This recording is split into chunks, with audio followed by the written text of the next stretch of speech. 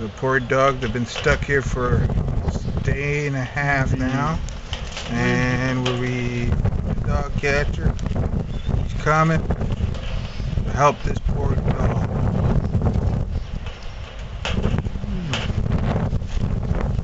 Our neighbor gave him something to eat for lunch, so he ain't starving.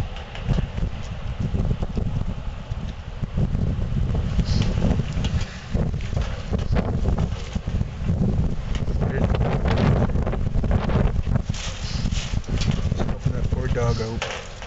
That's Elsipogtog's very own dog catcher. Save the day. That little doggy, his tail's just wiggling. You know he's happy.